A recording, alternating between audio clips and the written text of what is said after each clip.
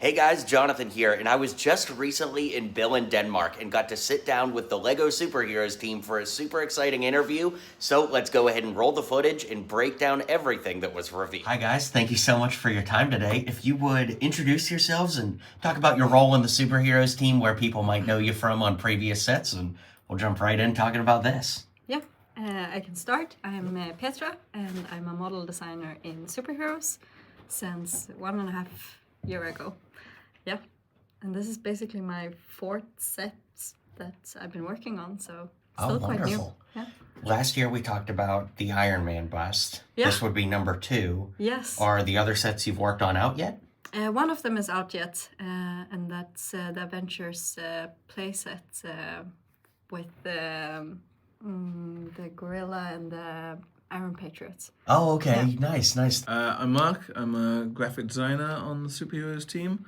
And my previous Batman set, you might know my work from, would be the Arkham Asylum. Oh my gosh. True. So you're doing all the decorations, minifigures, all of that?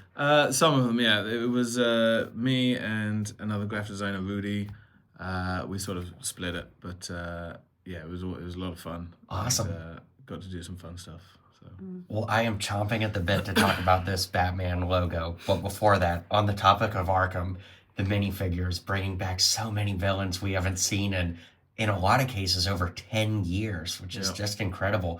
Could you tell us a little bit about what the process was like of deciding which villains were going to be included in Arkham? A long time ago now. Was it really?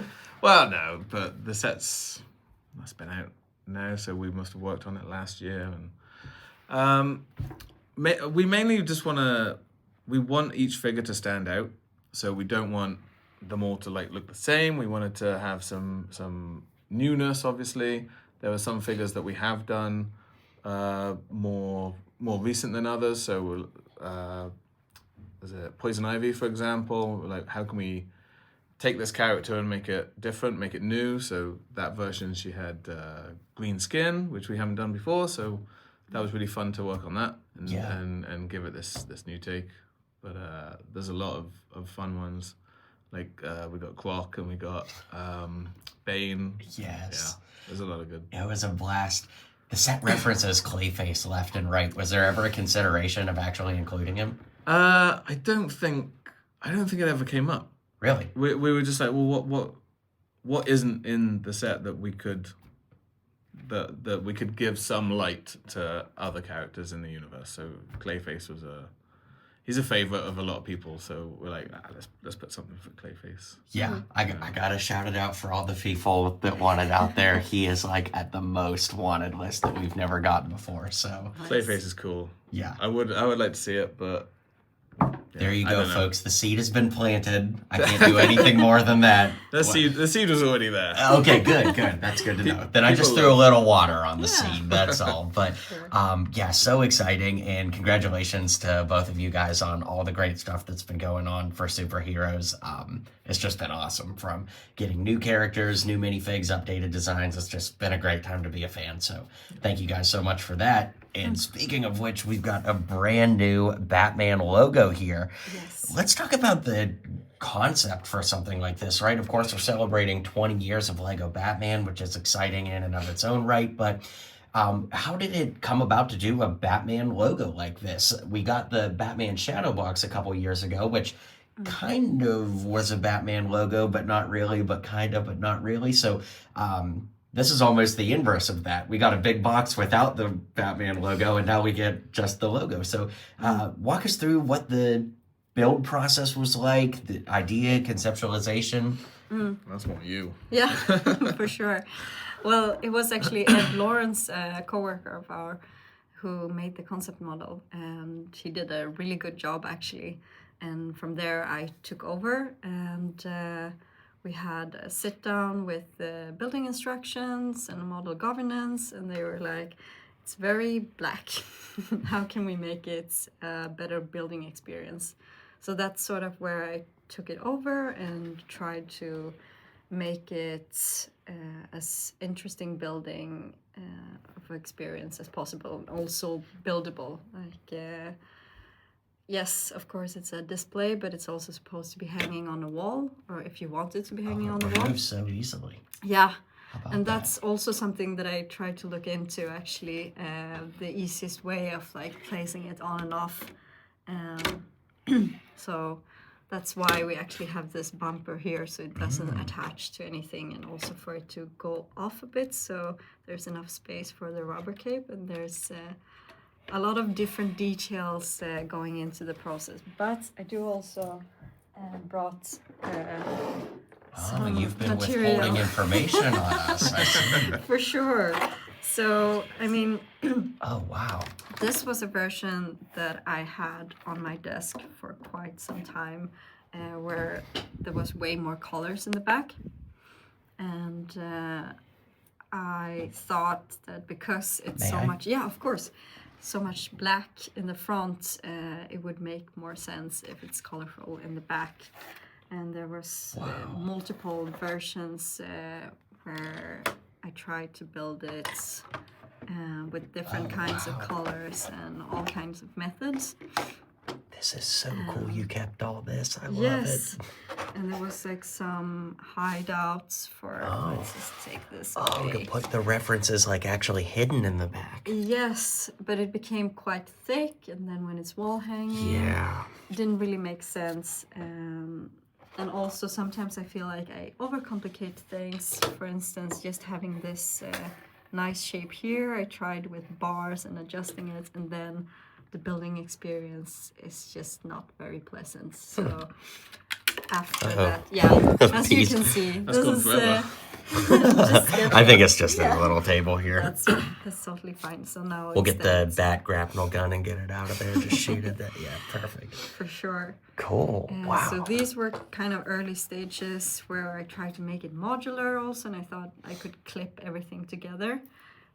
But then I sort of zoomed out and I looked at Ed's initial sketch again, where he very much just made the whole thing in different layers. And I was like, why do I overcomplicate things? So I tried to just go back to that.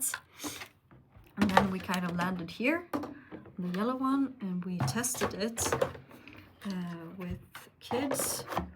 And they loved the model when they saw it from the front. But then they turned it around and they were like, why is it all yellow? We want it to be dark. And that, and also our creative lead, Jesper, pushed for it to be more cohesive, the front and the back. But then there's always the constraints with the building experience. So I tried first with dark gray, but then the light gray is the in-between compromise. For both like a visual appealing product front and back, but also from a building experience. Yeah, it balances out pretty well. And looking at the front here, you know, we kind of have this greybling technique with tons and tons of references to all kinds of Batman heroes and villains. I almost don't want to point out every single one because I think half the fun of building it would be discovering them. But, you know, like the Riddler's bowler cap is here. Here we have the famous fire hydrant or fire extinguisher that's in like every superhero set ever. Yeah, but it's also supposed to be like the shark repellent. Oh, cool. I love it. Yeah. Yesterday I told someone that it's 24 iconic hidden things. But Okay. if you include the doors, I would actually say it's 25. Yeah. And I have like a sheet paper of all of them. Oh, cool. Okay, yeah. But if you don't want to see Yeah. them, Okay, so let's do this. If you want to be surprised, skip ahead in the video a little bit. But if you want all of them, let's see that sheet. Yes. Okay. Oh, no way. That's cool. Some of them are We'll have to hold this up a little bit here. But repeated. For instance, the Batarang wow. comes twice, I believe, or no, maybe 3 times. Yeah. That is so cool. All right. Well, you can pause here and read all those if you want. That's cool. Yes. I've never wanted a sheet of paper for my collection more in my entire life. That is so cool. Well, when we open this up, we get the gold Batman inside, which is really fun, celebrating the 20th anniversary. We've seen a similar concept for like Harry Potter in years past, getting a gold minifig. We even get that original Shang-Chi head recolored in gold here. we can turn that cape around and see 20 years of Lego Batman, which is so cool. I mean, I was buying the sets as a kid in 2006, so like I've been here the whole time. So wow. part of me is like, wow, 20 years, and another part of me is like, wow, 20 years. It's amazing. But I love that between the Batmobiles, you know, having the little tile, actually the same tile that comes in this that celebrates, and this one, we're getting a lot of celebration of the 20th anniversary. Could you walk us through what that process was like on the inside of, you know, thinking about, hey, we're celebrating 2 decades of Lego Batman. What should we do? How did we land on these concepts? What was that process like? Well, for the tile and the gold minifigure, I think the gold minifigure was something that we immediately thought, yes, let's do a gold minifigure. That'd be great. But as well as this whole set being like a celebration of Batman and the 20 years, we also wanted a smaller element to represent that we could put in the Batmobiles. So that's where the coin came about. And we had one of our interns, Ray, join the design team, and he is a huge Batman fan, and he was crazy excited. He's like, "What can I do? What can I do?" I'm like, "Oh, you can take a look at this this anniversary coin." He's like, "Yeah, on it." And he just did all these like different versions. Oh, cool. Yeah, never seen someone so excited about this. It was incredible. With superhero fans watching this, you know, Yeah. a lot of people, if they don't get to see videos like this, the inner workings kind of stop at what they see on their store shelves and what they read on the first couple pages of, you know, the instruction booklets for the bigger sets. So getting to hear that there's so many people behind these sets that are excited about literally making a 2x2 tile to celebrate. That's really energizing to know that there's so much excitement behind the scenes. For sure. So that was the first thing that he worked on when he joined the team. I know he was really excited, and he's going to be really excited when it's revealed, and he can tell people. Yeah, that's amazing. I know we obviously can't get into specifics, so this is more of a soft yes or no kind of question, right? You know, but 20 years of Batman, we've gotten to see 4 sets so far, plus the video game next year. Are there any other celebrations for 20 years of Batman that fans could maybe be looking for, or, you know? We have been authorized to discuss this current model and the Batmobiles. I love it. I love it. So we'll hold out hope. You know and the we'll deal. See. You know the deal. Of course, of course. But yeah, it's super exciting. I actually got to meet with the team that's representing the 3 Batmobiles, and one of the questions we talked about, which I'm so excited to talk about with you guys too, is 20 years of Lego Batman. Is there a set from the last 2 decades that you just idolize when it comes to Lego Batman? And if it's one of yours, that's okay. You know, you have the coolest job in the world. You're allowed to say that.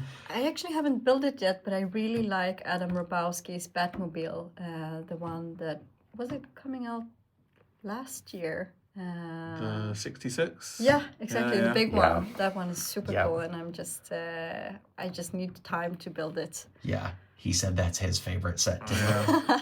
I can imagine. I think for me, with the big Batmobiles, it's probably the first tumbler that we did. Yeah. Because that was the first thing that I bought for myself. Really? When I started working here, my birthday was a couple of days after my first paycheck. So I'm getting this for myself, and I still haven't built it. But Really? Yeah, that's amazing. And the box art on that one was so cool too. Yeah. Have you been on Superheroes the entire time you've been here? No. So I've been at the LEGO Group for 10 years, and I've been on Superheroes for 8. So most of the time. Most of but the not time, quite. yeah. Yeah. But yeah, I'm not just superheroes guy. Yeah. Well, thinking about, you know, legacy in 20 years and things like that, what are some of your favorite superheroes projects you've worked on? Be it a specific figure or set, because you've like had a touchstone on almost everything since you joined the team. It's incredible. I was very proud when I got to do the first Iron Man Mark 1. I was very happy with that because I'm a big Iron Man fan, but I don't know.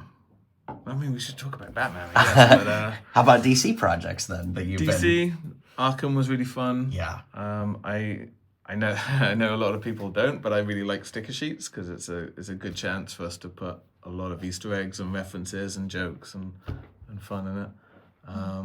But then it was also an honor to do the first 89 Michael Keaton Batman. Yeah. That was good. From the big UCS one. Yeah, the big Batmobile. That was incredible too, because if you think about it, that really brought in the large scale Batmobile to being like a sub theme within LEGO Superheroes. Because we got that first one in 2006, which was actually called the Ultimate Collector Series Batmobile. I guess back when they would call anything, not just Star Wars UCS. Yeah. And then we didn't get another one until the Tumbler you mentioned, which was 2014, if memory serves, somewhere Maybe, around there. And then we didn't get another big one like that until that 89. Then that was so popular, we got the Batwing. Then that brought in the redo of the Tumbler, and now we've got the 66. And, it's just so many giant Batmobiles to celebrate now. But in a lot of ways, I feel like that 89 Batmobile kicked down the door just like the 89 movie did for everything that's come after it. Yeah, seems that. Yeah, that was an amazing figure too, with like the rubber cowl and things like that. Yeah. What was that like? Because, every Batman we'd gotten to that point is just the cowl that goes on a head and a cape. And the Keaton suit is so iconic for that kind of big cowl and the fact he couldn't turn his neck. Yeah. So what was that design process like of coming up with that being the method? Well, I can't really speak for the element designers, but I know it definitely leaned itself more for display. So obviously the Batmobile itself was clearly display, but the minifigure is like so obviously, he can't move his neck, arms are restricted, but I don't know, I guess it set a precedent for these new rubber capes that lend themselves not only to just display but also playable. So yeah, it's fun. Yeah. It's fun to be a part of that. And speaking of capes, going back to Arkham, we got all those great new capes in the Arkham set, bringing back like the style we hadn't seen in about 5 or 6 years. So that was amazing. And like double printing on Batwoman. It just, God, it's such a great time to be a DC fan. This is awesome. Nice. Petra, last time we talked a year ago about your Iron Man bust, I believe that was your first Lego set to be released at that point in time. Yeah, it now was. here we are, got 4, amazing. There are a lot of people that watch the channel that are younger, and of those that like would love to get into doing Lego design to some capacity. And of course, everybody's path into Lego, whether they just build as a hobby or maybe even want to work here someday, is different. But what are some things that you've picked up and learned just about the creative process that are really helping you exceed in your role here at Lego? Oh, I love that question. First of all, I feel like it's part being in the superhero team and having people like Mark. You don't have to say that. Mark Stafford. Mark Stafford. No, but people who've been here for such a long period of time, and I feel like that's quite rare to find. Like people have been here like plus 20 years, like Bjarge, for instance, who made the Shutterbox. Like he's been there forever almost. Yeah. And that just comes with such a knowledge base. And always when I'm in doubt, I have someone who I can ask. But in general, I feel like it's also a huge advantage with me having the design background, because I look at pieces in a different way, I would say. Because I don't have that connection to the pieces, like, oh, this is supposed to be a fire hose, or this is supposed to be a batarang. I just try to see the shape, and that brings, or it kind of unlocks a lot of opportunities to use shapes in a different way that hasn't been used before, which I kind of like, and also just trying to do something fun and new. And I also feel like, for instance, with this one, I really tried to think about the experience of the builder, trying to have things like, okay, we have this all black surface, but is it possible to have it built in sections so it's easier for someone just building a bunch of That is black. so cool. So it's just a flat surface, and you build there, and you put it on. And same goes. Is that what the build experience is like too? You build each little piece and put it on the Yes, frame? you Neat. do, and it's also when it comes to the hats. So you open, I think it's bag 6 or something, and it's all black pieces except one golden one. That's gonna be fun to see. Yeah, and I feel like it's kind of a bit of Lego humor into it, but it's also like, for me, if I was a first-time builder, I would be like, oh, this looks kind of intimidating, but then I just want to highlight that this build experience, for me, personally, I feel like I've tried my best to make it a very pleasant experience and not super overwhelming. There's also this huge plates which can be taken off, so it's like Wow. different sections, and just Could they hypothetically be mixed and matched? Like, could this plate go on that side? it could, yeah. There's some different ones that is locking things in place, Yeah. but Any of the ones that are like exact mirror pieces, and probably want to do it like that way. yes, But, yeah, yes, for sure. That's really cool. And the wings are the same but mirrored, so the building experience will be the same in certain situations, for sure. And my favorite one actually is the one that Mark Tranter came up with, this bang thing. Yes, for, because we've gotten Joker. that on so many Jokers. It's Yeah. iconic. It is. In fact, even back to 2006, the very first Joker that's like hanging off the ladder of the helicopter, he had that. So the very first Joker had Yeah, that. true. And also when it comes to new pieces. Yeah, we've got quite a few here. actually. Yes. So we have. If you wouldn't mind holding them up to the Yes. camera. We have the hook, which we've never seen in black before. And then the smaller cats in all black, Oh, neat. without like the printing of the eyes, just Yeah. all black. And then we have the cow in gold, which is also the first time, I believe. And Yeah, and the golden cape is cape. brand new. Wow. Yeah. That is so much fun. And I also really love, like, Trencher already showed it, or no, you actually picked it up and already noticed it, but the back Oh, yeah. with the 20-year, I just think it's such a fun little surprise. I love that. And the fact that it's covered up by the cape, like on one hand, it's like, oh man, it's covered up. But on the other hand, you're right, it makes it a surprise. Yeah. That's so fun. One of the things I love about the capes on Batman is you're not going to see the back of the torso, so it is a chance to put something fun, whether it's this 20-year anniversary or a big fat zipper going down the back. The zipper. I knew it because I loved when you did that with the zipper. That's so cool. I'm trying to think. I don't know if it's Batman, but there have been some DC characters that, like, on the back of their utility belt, sometimes they have like something stuck in to like a tool or something. Yeah, like there that. was the Batman. Yes. A few years, I think that had the grapple hook on the back. Yes. Visible. So.